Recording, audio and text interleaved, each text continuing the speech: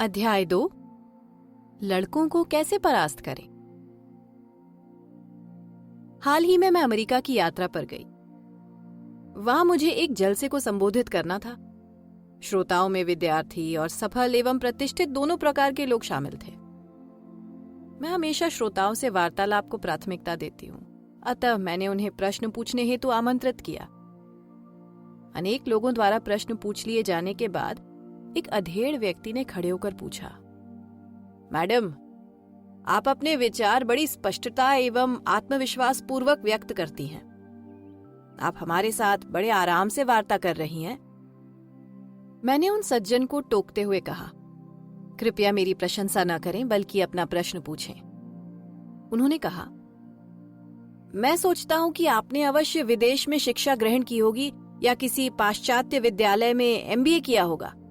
क्या यही आपके आत्मविश्वास का कारण है?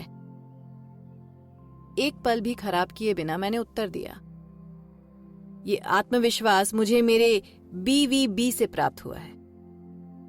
प्रश्नकर्ता भ्रमित दिखाई पड़ा। मेरे बीवीबी से आपका क्या आशय है?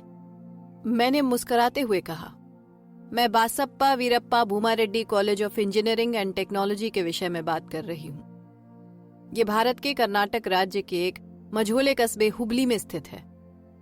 मैंने कभी भारत के बाहर शिक्षा प्राप्त नहीं की। मेरे यहाँ खड़े होने का एकमात्र कारण वही कॉलेज है। हल्के फुल्के अंदाज में मैंने अपनी बात जारी रखी। मुझे पूरा यकीन है कि सॉफ्टवेयर उद्योग के जितने युवा लोग आज यहाँ उपस्थित हैं, वे भारत और अमेरिका में इन्फोसिस के योगदान को अवश्य सराहेंगे। इन्फोसिस ने कर्नाटक में बेंगलुरु और भारत का मान बढ़ाया है। यदि मैं बीवीबी में नहीं होती तो इंजीनियर भी नहीं बनती। यदि मैं इंजीनियर न होती तो अपने पति को सहयोग देने के काबिल न होती, और यदि मेरे पति को उनके परिवार का समर्थन न मिलता तो वे किसी भी स्थिति में इन्फोसिस की स्थापना न कर पाते। उस स्थिति में आज आप लोग यहाँ मेरा भाषण सुनने हेतु एकत्र नहीं होते। हर एक व्यक्ति ने हंसते हुए तालियां बजाईं, परंतु मेरे कथन का अर्थ मुझे भली भांति ज्ञात था। सत्र की समाप्ति के पश्चात लोग चले गए। तब तक मैं अत्यंत थक चुकी थी, अतः आराम करने हेतु कुछ देर मैं एकांत में सोफे पर बैठ गई। मेरा मन अतीत में विचरण करने लगा। सन 1968 में मैं इंजीनियर बनने का स्वप्न संजोए आत्मविश्वास एवं साहस से ओतप्रोत 17 वर्षीय एक लड़की थी। मैं एक रूढ़िवादी मध्यवर्गीय शिक्षित ब्राह्मण परिवार से आती हूँ। मेरे पिताजी हुबली कर्नाटक के एक मेडिकल कॉलेज में प्रसूति एवं स्त्री रोग विज्ञान के प्रोफेसर थे और माताजी विवाह से पूर्व एक स्कूल अध्यापिका थी। मैंने अपनी विश्वविद्यालय पूर्व परीक्षा उत्तम अंकों के साथ उत्तीर्ण की और अपने परिवार वालों को बताया कि मैं इंजीनियरिंग की पढ़ाई करना चाहती हूँ। मैं विज्ञान एवं उसके प्रयोग के प्रति मंत्रमुग्ध थी। इंजीनियरिंग विज्ञान की उन्हीं शाखाओं में से एक थी जो मेरी रचनात्मकता, विशेषतया डिजाइन में प्रयोग की अनुमति देती थी। मेरी इच्छा जानते ही घर पर मानो बिजली गिर पड़ी। तात्कालिक प्रतिक्रिया स्तब्ध कर देने वाली थी। उन दिनों इंजीनियरिंग लड़कों का विषय था, इसलिए उसमें लड़कियों का प्रवेश निषिद्ध माना जाता था। यथास्थिति को लेकर कोई प्रश्न उठाने के बजाय लड़कियों से मेडिकल या साइंस कॉलेज में जाने की अपेक्षा की जाती। किसी स्त्री के इंजीनियरिंग में प्रवेश लेने का विचार संभवतः कभी उत्पन्न ही नहीं हुआ। ये सुअरों के उड़ने के समान था। मैं अपनी दादी की सबसे दुलारी पोती थी। उन्होंने भी मुझे उपेक्षापूर्ण दृष्टि से देखा और कहा, यदि तुम इंजीनियरिंग करोगी तो उत्तरी कर्नाटक में कोई लड़का तुम्हारे साथ विवाह नहीं करेगा। महिला इंजीनियर के साथ कौन विवाह करना चाहता है? तुम्हें लेकर मैं अत्यंत अप्रसन्न हूँ। मेरी दादी ने कभी नहीं सोचा था कि उनके मना करने के बावजूद मैं कोई काम करूंगी। बहरहाल उन्हें भी पता नहीं था कि तुंगभद्रा नदी के उस पार मैसूर शहर में नारायण मूर्ति नामक व्यक्ति रहता है जो कालांतर में मेरे साथ विवाह करना चाहेगा। दादाजी, जो इतिहास के अध्यापक थे और मेरे प्रथम गुरु भी, और उन्होंने ही मुझे पढ़ना लिखना सिखाया था, ने हल्का विरोध किया। उन्होंने कहा, मेरी बच्ची, तुम इतिहास में काफी तेज हो, तो इसी क्षेत्र में कुछ क्यों नहीं करती? एक दिन तुम महान इतिहासकार बन सकती हो। इंजीनियरिंग जैसे शुष्क विषय के पीछे मत भागो। गणित में दक्ष मेरी मां ने कहा, तुम गणित में अत्यंत तेज हो। गणित में स्नातकोत्तर उपाधि प्राप्त कर प्रोफेसर की नौकरी क्यों नहीं करती? इससे विवाह के बाद भी तुम कॉलेज में काम कर सकती हो, जबकि इंजीनियर बनने के बाद परिवार एवं नौकरी के बीच संतुलन बनाने हेतु तुम्हें हमेशा संघर्ष करना होगा। पिताजी स्त्रियों की शिक्षा में विश्वास रखने वाले एक उदार व्यक्ति थे। उन्होंने एक क्षण विचार करने के बाद कहा, मैं सोचता हूं कि तुम्हें मेडिकल की पढ़ाई करनी चाहिए। तुम लोगों के साथ व्यवहार एवं भाषाओं में अत्यंत निपुण हो। सच कहूं तो मुझे इंजीनियरिंग के विषय में अधिक जानकारी नहीं है। हमारे परिवार में एक भी इंजीनियर नहीं है। ये एक पुरुष प्रधान कार्य है और तुम्हारी कक्षा में एक भी लड़की नहीं होगी। यदि 4 वर्ष किसी सहेली से बात किए बिना बिताना पड़े तो कैसा लगेगा? इस विषय में सोचो। बहरहाल निर्णय तुम्हें करना है और मैं तुम्हारा समर्थन करूंगा। मेरी अनेक चाचियों का विचार था कि इंजीनियरिंग का चयन करने के बाद कोई भी मेरे साथ विवाह नहीं करेगा। परिणाम स्वरूप मुझे किसी अन्य समुदाय के व्यक्ति से विवाह करना होगा, जो कि उन दिनों सर्वथा अप्रचलित था। मैंने परवाह नहीं की। इतिहास के विद्यार्थी के रूप में मैंने हुआन सांग की किताब सीयू की पढ़ी थी। सांग की भारत यात्रा से पूर्व हर एक व्यक्ति ने उसे पैदल यात्रा करने के लिए हतोत्साहित किया था, परंतु उसने सबको अनसुना करते हुए यात्रा पर जाने का निर्णय लिया। वो कुछ ही समय में भारत की 17 वर्षीय लंबी यात्रा करने हेतु विख्यात हो गया। सांग से साहस की प्रेरणा लेते हुए मैंने अपने घर वालों को बता दिया, मैं इंजीनियरिंग करना चाहती हूँ। चाहे जो भी हो, मैं प्रत्येक परिणाम भुगतने के लिए तैयार हूँ। मैंने BVB college of engineering and technology का आवेदन पत्र भरकर जमा करवा दिया और शीघ्र ही मुझे सूचना भी मिल गई कि अंकों के आधार पर कॉलेज में मेरा चयन हो गया है। मैं आनंदित थी, परंतु मुझे इस बात का कोई ज्ञान नहीं था कि कॉलेज स्टाफ को इससे कितनी असुविधा हुई। तत्कालीन प्रधानाचार्य बीसी खानापुरे मेरे पिताजी के परिचित थे। एक दिन दोनों की मुलाकात नाई की दुकान में हुई। प्रधानाचार्य ने अपनी वास्तविक कठिनाई का वर्णन करते हुए कहा कि मैं बड़ी दुविधा में हूं। उन्होंने पिताजी से कहा, डॉक्टर साहब, मैं जानता हूं कि आपकी लड़की अत्यंत बुद्धिमान है, इसीलिए उसे केवल मेरिट के आधार पर प्रवेश मिला है, परंतु मैं व्यावहारिक कठिनाइयों से भयभीत हूं। कॉलेज में वो अकेली लड़की होगी। पहली समस्या तो ये है कि परिसर में एक भी महिला प्रसाधन नहीं है। दूसरी बात ये कि लड़के अभी युवा हैं और शारीरिक परिवर्तनों के कारण वे निश्चय ही उसे परेशान कर सकते हैं। हालांकि वे कॉलेज के स्टाफ के सामने तो कुछ नहीं कर पाएंगे, परंतु बाद में निश्चित ही उसे परेशान कर सकते हैं, क्योंकि वे लड़कियों के साथ बात व्यवहार करने से अभ्यस्त नहीं है। अतः न तो उसके साथ सहयोग करेंगे और न ही कोई सहायता। लड़कियों का पिता होने के नाते मैं आपकी बेटी के बारे में भी चिंतित हूं। क्या आप उसके हित में उसे अपना मत परिवर्तित करने के लिए समझा सकते हैं? मेरे पिताजी ने उत्तर दिया, प्रोफेसर साहब, मैं आपसे सहमत हूं। मैं जानता हूं कि आप सब कुछ भली भांति समझते हैं, परंतु मेरी बेटी इंजीनियरिंग करने के लिए अडिग है। स्पष्ट कहूं तो वो कुछ गलत भी नहीं कह रही है, इसीलिए मैंने उसे पढ़ाई करने की अनुमति देने का निर्णय लिया है।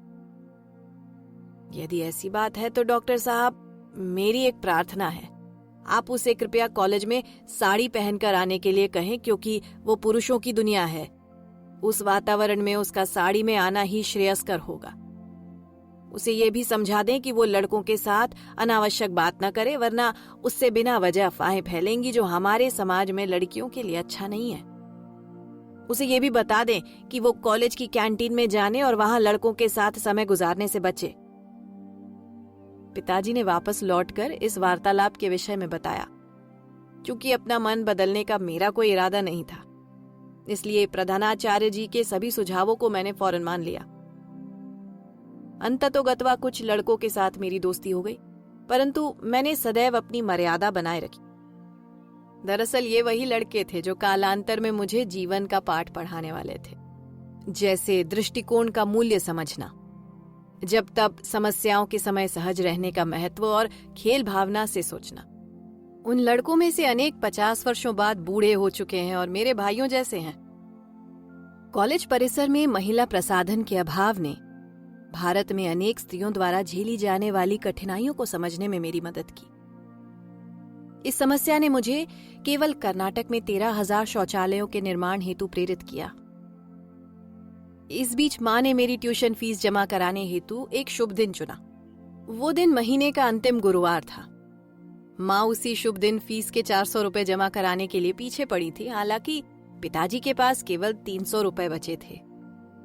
उन्होंने मां से कहा, कुछ दिन प्रतीक्षा करो, मुझे मेरा वेतन मिल जाएगा तो सुधा अपनी फीस जमा करवा देगी। मां ने उनकी बात को अनसुना करते हुए कहा, मेरी बेटी कॉलेज जा रही है, ये बड़ा काम है, हमें हर हाल में उसकी फीस आज ही जमा करानी होगी। उसकी पढ़ाई के लिए ये अच्छा रहेगा। जब वे इस उधेड़-बुन में लगे हुए थे, तभी मेरे पिताजी के सहायक डॉक्टर SS हीरमेट अपने ससुर पाटिल जी के साथ पधारे, जो कि शिगांव के निकट बाढ़ गांव के सरपंच थे। मैं उसी कस्बे में पैदा हुई थी। श्री पाटिल ने जिज्ञासावश पूछा, अरे भाई, ये सब क्या चल रहा है? पिताजी ने उनके समक्ष स्थिति स्पष्ट कर दी। उसके बाद उन्होंने अपने बटुए से 100 रुपए का नोट निकालकर पिताजी के हाथ पर रख दिया। उन्होंने कहा, डॉक्टर साहब, मेहरबानी करके ये धन स्वीकार कर लीजिए। मैं इस लड़की को गिफ्ट करना चाहता हूं क्योंकि ये लीग से हटकर कोई काम करने जा रही है। मैंने ऐसे अनेक पेरेंट्स को देखा है जो अपने बेटों की फीस अदा करने के लिए अपनी जमीन जायदाद तक बेच देते हैं ताकि वे इंजीनियर बन सकें, जबकि वास्तविकता तो ये है कि कई बार उन्हें पता तक नहीं होता कि उनका बच्चा ठीक से पढ़ भी रहा है या नहीं। आप अपनी पुत्री को देखिए, ये हर हालत में इंजीनियरिंग करना चाहती है और मैं समझता हूं कि ये सही है। पिताजी ने उनके प्रस्ताव को ठुकराते हुए कहा, नहीं मिस्टर पाटिल, मैं ऐसा महंगा गिफ्ट नहीं ले सकता। मैं इसे ऋण की तरह ले रहा हूं और अगले महीने वेतन मिलने के बाद आपको लौटा दूंगा।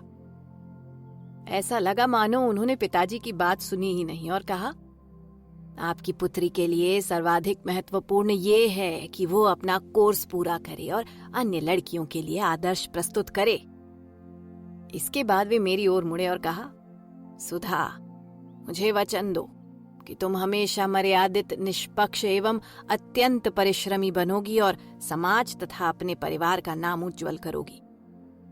मैंने चुपचाप सिर हिला दिया। कॉलेज में मेरा पहला दिन 1 महीने बाद आया। मैंने पहली बार साड़ी पहनी, घर के सभी बड़ों के पांव छुए और मां सरस्वती, जिनकी मुझ पर विशेष कृपा रही, की प्रार्थना की तथा कॉलेज के लिए चल पड़ी। मेरे कॉलेज पहुंचते ही प्रधानाचार्य ने मुझे अपने पास बुलाया और एक चाबी देते हुए कहा, मिस कुलकर्णी, इसे संभालो। ये इलेक्ट्रिकल इंजीनियरिंग विभाग के कोने में दूसरी मंजिल पर स्थित एक छोटे कमरे की चाबी है। आप अपनी आवश्यकता अनुसार जब चाहे उसका प्रयोग कर सकती हैं। मैंने उन्हें बारंबार धन्यवाद दिया और चाबी लेकर तत्काल कमरा देखने चली गई। मैंने उत्सुकता से कमरा खोला। कमरे में टूटे हुए 2 डेस्क पड़े थे, परंतु प्रसाधन का कोई संकेत नहीं था। कमरे में इतनी धूल जमी थी कि मैंने उसमें प्रवेश करने का विचार भी नहीं किया। मुझे वहां देखकर हाथ में झाड़ू लिए एक सफाई कर्मी भागता हुआ आया। उसने मुझे देखे बिना ही कहा, मुझे अत्यंत खेद है, प्रिंसिपल साहब ने मुझे कल ही बताया था कि कॉलेज में आज एक लड़की आएगी, परंतु मैंने सोचा कि वे मजाक कर रहे हैं। यही सोचकर मैंने कमरा साफ नहीं किया। खैर, कोई बात नहीं, मैं इसे अभी साफ किए देता हूँ। उसके सफाई करने के बाद भी कमरा गंदा ही था।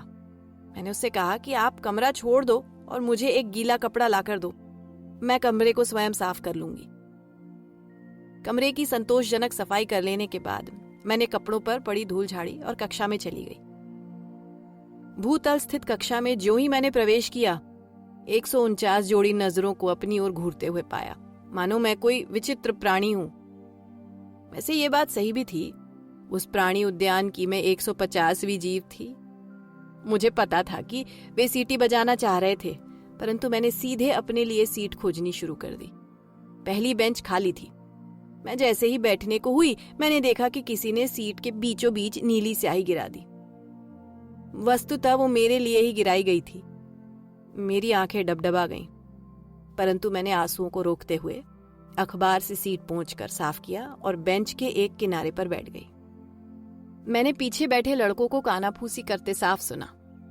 एक लड़का दूसरे से कह रहा था कि मूर्ख, तूने स्याही क्यों गिराई? अब वो प्रिंसिपल के पास जाकर शिकायत करेगी।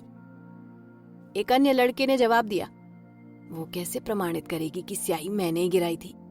आखिर 139 लोग हैं यहाँ। व्यथित होने के बावजूद मैं प्रिंसिपल के पास शिकायत करने नहीं गई, क्योंकि उन्होंने पिताजी को पहले ही चेतावनी दे रखी थी कि यदि मैंने शिकायत की तो लड़के मुझे आगे भी बार बार परेशान कर सकते हैं और आखिरकार तंग आकर मुझे कॉलेज छोड़ना पड़ेगा। मैंने चुप रहने का निर्णय लिया, चाहे लड़के मुझे सताने की कितनी ही कोशिश क्यों ना करें। मैं भली बात ही जानती थी कि लड़के मुझे परेशान करने का कोई अवसर नहीं छोड़ेंगे और दुखी होकर अंततः मुझे इंजीनियरिंग छोड़नी पड़ेगी। मैं शारीरिक एवं मानसिक रूप से सशक्त होने का उपाय सोचने लगी। यही मेरी तपस्या होगी। समाधान के रूप में मैंने तत्काल निर्णय किया कि आगामी 4 वर्षों तक कोई भी कक्षा नहीं छोड़ूंगी और कक्षा के नोट्स बनाने में किसी की सहायता भी नहीं लूंगी। मैंने ये भी निर्णय लिया कि जब तक इंजीनियरिंग की डिग्री नहीं मिलती, हमेशा सफेद साड़ी ही पहनूंगी, मिठाइयों से परहेज करूंगी, चटाई पर सोऊंगी और शीतल जल से स्नान करूंगी। मैंने आत्मनिर्भर बनने का संकल्प लिया और तय किया कि मैं अपनी सहेली और शत्रु स्वयं ही बनूंगी। यद्यपि उस समय मुझे ज्ञात नहीं था कि श्रीमद् भगवद गीता में एक श्लोक पूर्ववत विद्यमान है, जिसमें श्री कृष्ण कहते हैं, आत्मैव ही आत्मनो बंधु आत्मैव रिपु आत्मनः। वास्तव में पढ़ाई में उत्कृष्ट होने के लिए हमें ऐसी तपस्या करने की आवश्यकता नहीं है, परंतु मैं छोटी थी और इंजीनियरिंग पास करने के लिए सारे प्रयास करने के प्रति दृढ़ संकल्पित थी। मेरे अध्यापक श्रेष्ठ और आत्मीय थे। वे कक्षा में हमेशा मेरा ख्याल रखते थे, समय समय पर मुझसे पूछते रहते थे, मिस कुलकर्णी, आपके साथ सब कुछ ठीक है ना? यहाँ तक कि हमारे कॉलेज के प्रधानाचार्य प्रोफेसर खानापुरे ने भी लीग से हटकर मेरे कल्याण के विषय में जानकारी प्राप्त की और पूछा कि लड़के तुम्हें परेशान तो नहीं करते। बहरहाल मैं अपने सहपाठियों के बारे में समान विचार व्यक्त नहीं कर सकती। एक दिन वे कक्षा में फूलों का एक छोटा सा गुच्छा लेकर आए और अध्यापक की अनुपस्थिति में उसे मेरे बालों में लगा दिया, जिसका मुझे पता नहीं चला। मैंने पीछे बैठे लड़कों में से किसी को कहते सुना, मिस गुलदस्ता। मैंने अपने बालों पर हाथ फेरा और फूलों का एक गुच्छा निकालकर फेंक दिया तथा कुछ कहे बिना वहां से चली गई। कई बार उन्होंने मेरी पीठ पर कागज के विमान बनाकर फेंके। कागज खोलकर पढ़ने पर एक स्त्री का स्थान रसोई घर या मेडिकल साइंस या प्रोफेसर के रूप में है, इंजीनियरिंग कॉलेज में तो कदापि नहीं, जैसी टिप्पणियां पढ़ने को मिली। अन्य में लिखा होता, हमें सचमुच तुम्हारे ऊपर दया आती है। तुम देवी पार्वती की तरह तपस्या क्यों कर रही हो? कम से कम पार्वती के पास तपस्या करने का कारण तो था। वे शिव से विवाह करना चाहती थी। तुम्हारा शिव कौन है? मैं उन कागजी विमानों को रख लेती और जवाब देने से बचती। हमारे कॉलेज में एक विद्यार्थी मित्र गतिविधि होती थी, जिसे फिश पॉन्ड अर्थात मत्स्य ताल के रूप में जाना जाता है। ये वास्तविक मत्स्य ताल की बजाय एक मत्स्य पात्र था, जिसमें बेनाम नोट्स या फिश डाल दिए जाते थे। कॉलेज का कोई भी व्यक्ति उसमें अपनी टिप्पणियां या विचार लिखकर डाल सकता था, जिन्हें कॉलेज के वार्षिकोत्सव में पढ़ा जाता था। सभी विद्यार्थी ये सुनने के लिए साल भर प्रतीक्षा करते थे कि किसकी मजाकिया और हाजिर जवाब टिप्पणियां इस साल चुनी गई हैं। नामित मेजबान कॉलेज के चौराहे पर खड़ा होकर उस नोट्स को ऊंचे स्वर में पढ़ता था। हर साल ज्यादातर नोट्स मेरे बारे में होते थे। अक्सर मैं कन्नड़ तुकतकों का निशाना बनती थी, जिनमें से एक मुझे आज भी अच्छी तरह याद है, जिसका हिंदी रूपांतर इस प्रकार है, अम्मा अम्मा वहां एक मीठा आलू है, कृपया मुझे एक काली साड़ी दो और मुझे ससुराल भेज दो। ऐसा इसलिए लिखा गया था क्योंकि मैं हमेशा सफेद साड़ी पहनती थी। कुछ उत्तर भारतीय रोमांटिक छात्रों ने हिंदी फिल्म तीसरी कसम की पैरोडी बनाकर लिखा, सजन रे झूठ मत बोलो, सुधा के पास जाना है, न हाथी है न घोड़ा है, वहां पैदल ही जाना है। लड़के मेरी प्रतिक्रिया जानने के लिए मुझे कनिखयों से देखते, परंतु मैं सरलता से अपने आंसुओं को रोक लेती और हंसने की कोशिश करती। मैं जानती थी कि मेरे सहपाठी एक कारण से अभिनय कर रहे थे। ऐसा नहीं था कि वे आजकल की तरह मुझे जानबूझकर सताना या मुझ पर धौंस जमाना चाहते थे। उनकी शरारतों का कारण सिर्फ ये था कि वे अपने साथ पढ़ने वाली छात्रा के साथ आचरण करने हेतु मानसिक व शारीरिक रूप से अपरिपक्व थे।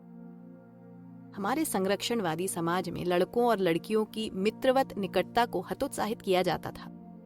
यही कारण था कि मैं उनके लिए पराई और दिलचस्प थी। मेरे मन ने लड़कों के व्यवहार को उचित ठहराया और मुझे उनसे निपटने में सहायता की। हालांकि उसके बाद भी उनके ताने, व्यंग्य और टिप्पणियां मुझे व्यथित करते रहे। कॉलेज में मेरा एकमात्र मनोरंजन मेरी शिक्षा थी। मैंने इंजीनियरिंग विषयों का आनंद लिया और परीक्षाओं में सर्वोत्तम किया। मैंने लुहारी, रेतीबाजी, बढ़ईगिरी और वेल्डिंग जैसे दुर्दांत विषयों में भी लड़कों से श्रेष्ठ प्रदर्शन किया। लड़के नीला चोगा और मैं अपनी साड़ी के ऊपर नीला एप्रन पहनती थी। मैं जानती हूँ कि मैं अत्यंत मजाकिया लगती, परंतु जो शिक्षा मैं ग्रहण कर रही थी उसके लिए वो कीमत बहुत छोटी थी। परिणाम घोषित कर दिए जाने के बाद मेरे अंकों की जानकारी मेरे अतिरिक्त हरेक को थी। लगभग प्रत्येक सत्र में मेरे सहपाठी और वरिष्ठ छात्रों का एकमेव प्रयास मेरे अंक प्राप्त करके उसे सूचना पट्ट पर प्रदर्शित करना था, ताकि सब लोग उसे देख सकें। मेरी निजता लेश मात्र भी नहीं थी। पढ़ाई के दौरान मैंने महसूस किया कि इंजीनियरिंग केवल पुरुषों का विषय क्षेत्र है। ये कथन पूर्णतया असत्य है। न केवल मैं पुरुषों की भांति सक्षम थी, वरन मैंने अपनी कक्षा में सभी सहपाठियों से अधिक अंक प्राप्त किए। इससे मुझे अतिरिक्त आत्मविश्वास प्राप्त हुआ और मैंने कक्षा से अनुपस्थित न होना जारी रखा। मैं परिश्रमी बनी रही और अगली परीक्षाओं में शिखर पर पहुंचने के लिए कृत संकल्प थी। मैं इस बात से जरा भी विचलित नहीं हुई कि मेरे अंक सूचना पट्ट पर प्रदर्शित किए जा रहे थे। इसके विपरीत मुझे इस बात का गर्व था कि मैं सभी लड़कों को उनके अपने ही खेल में परास्त कर रही थी, क्योंकि मैंने विश्वविद्यालय में प्रथम स्थान प्राप्त करना जारी रखा। आत्मनिर्भर होने की मेरी योग्यता ने मुझे दृढ़ बनाया और आखिरकार लड़कों ने मेरा सम्मान करना प्रारंभ कर दिया। सर्वेक्षणों, रेखांकनों हेतु वे पूरी तरह मुझ पर निर्भर हो गए तथा सत्रीय कार्य के उत्तर मुझसे पूछने लगे। मैंने मित्र बनाना शुरू कर दिया और यहाँ तक कि आज भी सिविल शाखा के रमेश जांगल, मेरे प्रयोगशाला साथी सुनील कुलकर्णी एवं फकीर गौड़ा, MM कुलकर्णी, हीरे गौड़ा, आनंद उठूरी, गजानन ठाकुर, प्रकाश पकाड़ी, HP सुदर्शन और रमेश लोडाया मेरे अच्छे मित्रों में शामिल है। मैं अपने गुरुजनों सर्वश्री LJ नोरोना, इलेक्ट्रिकल इंजीनियरिंग विभाग, बेंगलुरु के उपहार स्वरूप प्राप्त शिक्षक योगा नरसिम्हा, प्रोफेसर मल्लापुर, रसायन विभाग, हाइड्रोलिक से प्रोफेसर कुलकर्णी एवं अनेक लोगों को कभी नहीं भूल सकती। कक्षाओं के दौरान मैंने पुस्तकालय में भी काफी समय बिताया। कुछ ही समय में पुस्तकालय अध्यक्ष मेरे प्रति काफी उदार बन गए और अंततोगत्वा वो मुझे अतिरिक्त पुस्तकें देने लगे। मैं कॉलेज के सामने लगाए जाने वाले वृक्षों के विषय में माली से भी बार बार चर्चा करती थी और अपनी पढ़ाई की 4 वर्षीय अवधि के दौरान वहां उससे नारियल के पौधे लगवाए। मैं जब कभी भी BVB जाती हूँ, नारियल के पेड़ों को बड़े स्नेहपूर्वक निहारती हूँ और परिसर में बिताए अपने स्वर्णिम दिनों को याद करती हूँ। 4 वर्ष बड़ी तेजी से बीत गए और अंततः कॉलेज से मेरे विदा होने का समय आ गया। मैंने स्वयं को दुखी महसूस किया। यहाँ मैं एक भयभीत किशोरी के रूप में आई और एक आत्मविश्वास से ओतप्रोत मेधावी युवती इंजीनियर के रूप में यहाँ से जा रही हूँ। कॉलेज ने मुझे किसी भी चुनौती का सामना करने हेतु लचीलापन सिखाया, जैसे परिस्थिति के अनुसार व्यवहार में नरमी, अन्य लोगों के साथ श्रेष्ठ एवं स्वस्थ संबंध स्थापित करने का महत्व, सहपाठियों के साथ नोट्स साझा करना तथा आत्म केंद्रित रहने की बजाय दूसरों के साथ सहयोग करना। इस प्रकार मैं जब मित्रों की बात करती हूँ, सामान्यतया स्त्रियों की अपेक्षा पुरुषों के बारे में सोचती हूँ, क्योंकि वास्तव में मैं उनके साथ ही बड़ी हुई। कालांतर में जब मैंने कॉर्पोरेट जगत में प्रवेश किया, पुनः वो पुरुष प्रधान क्षेत्र था, अतः मेरे सहयोगियों में बड़ी संख्या में पुरुषों का होना स्वाभाविक था। कुछ स्त्रियां भी थीं जिनसे मेरा परिचय वर्षों बाद हुआ। कॉलेज महज ईंट गारे से बनी दीवारों की इमारत, बेंच या डेस्क नहीं है। उससे भी आगे बढ़कर वो ज्ञान का खजाना है। सही शिक्षा आपको आत्मविश्वासी व्यक्ति बनाती है और बीवीबी ने मेरे लिए यही किया है। आगे चलकर मैंने भारतीय विज्ञान संस्थान बेंगलुरु से स्नातकोत्तर पूर्ण किया। तद्यपि बीवीबी का विशेष स्थान मेरे हृदय में लगातार बना हुआ है। वृद्धावस्था के कारण जब पिताजी का निधन हो गया तो मैंने उनकी स्मृति में कुछ करने का निर्णय लिया। उन्होंने तमाम बाधाओं एवं कठिनाइयों के बावजूद मुझे आगे बढ़कर इंजीनियर बनने की अनुमति दी थी। इसके लिए उन्हें परिवार और समाज की ओर से काफी कुछ सुनना और सहन करना पड़ा। अतः उनकी स्मृति में मैंने हमारे कॉलेज परिसर में लेक्चर हॉल का निर्माण करवाया है। मैं जब कभी भी विदेश में भाषण देने जाती हूँ, विभिन्न आयु वर्ग के कम से कम 5 लोग मेरे पास आकर बताते हैं कि वे भी बीवीबी से हैं। मैं उनसे तत्काल जुड़ जाती हूँ। मैं उनकी कोई सहायता तो नहीं कर सकती, परंतु मुस्कुराकर उनसे इतना अवश्य पूछती हूँ, आप किस वर्ष स्नातक हुए? आपके अध्यापक कौन थे? आपकी कक्षा में कितनी लड़कियां पढ़ती थीं? अब जब भी मैं कॉलेज जाती हूँ, किसी बेटी के अपने घर आने जैसा उत्सव होता है। यात्रा के अंत में अक्सर मैं मंच के आंतरिक चतुर्भुज में खड़ी हो जाती हूँ। मेरी स्मृतियां मुझे अतीत के अनेक अवसरों पर ले जाती हैं, जहां मैं स्वयं को शैक्षणिक उत्कृष्टता हेतु पुरस्कार प्राप्त करते देखती हूँ।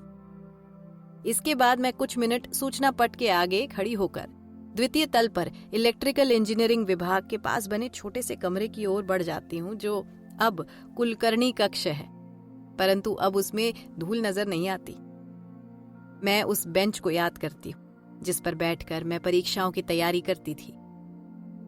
जब मैं अपने कुछ दिवंगत सहपाठियों एवं शिक्षकों को याद करती हूँ तो मेरे हृदय में अपनेपन की पीड़ा महसूस होती है।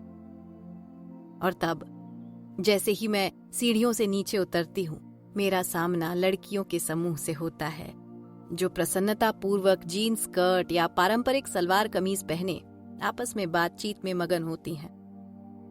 कॉलेज में अब लड़कों के साथ साथ अनेक लड़कियां भी हैं। मुझे देखते ही वे प्यार से ऑटोग्राफ लेने के लिए घेर लेती हैं। भीड़ के बीच में हस्ताक्षर करते हुए मैं अपने माता पिता और 50 वर्षों की यात्रा के विषय में सोचती हूँ, जिससे मेरी आंखें भर आती हैं। ईश्वर हमारे बीवीबी कॉलेज की रक्षा करे।